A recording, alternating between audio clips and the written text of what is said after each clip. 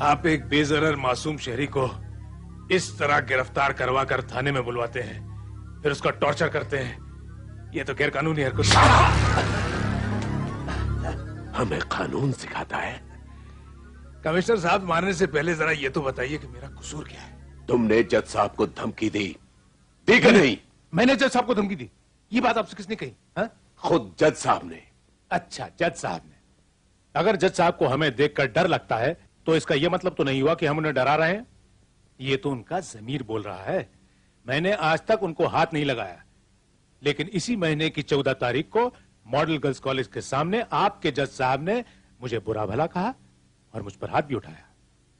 अंदर की बात तो यह है कमिश्नर साहब कि हम एक बहुत ही शरीफ आदमी हैं। हमने इस किस्से की रिपोर्ट तक नहीं दर्ज करवाई।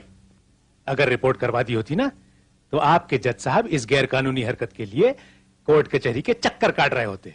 देखो, तुम्हारी इन बातों से कतई साबित नहीं होता कि तुम बेकसूर हो, लेकिन फिर भी आज मैं तुम्हें छोड़ रहा हूं।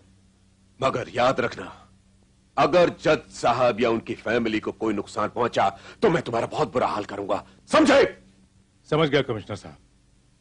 जब मैंने कुछ नहीं किया तो मेरा यह हाल हो गया, और अगर मैं कुछ करूंगा तो मेरा क्या हाल होगा मैं अच्छी तरह समझ गया।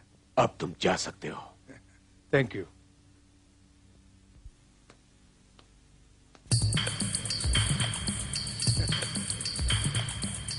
एक्सक्यूज मी कमिश्नर साहब, कानून का आदमी होने के बावजूद आपने आज जो हरकत करी है यह गैर कानूनी है। लेकिन जैसा कि मैंने आपसे कहा, मैं एक बहुत ही शरीफ आदमी हूं। मैं इसकी रिपोर्ट भी नहीं करूंगा। Get lost.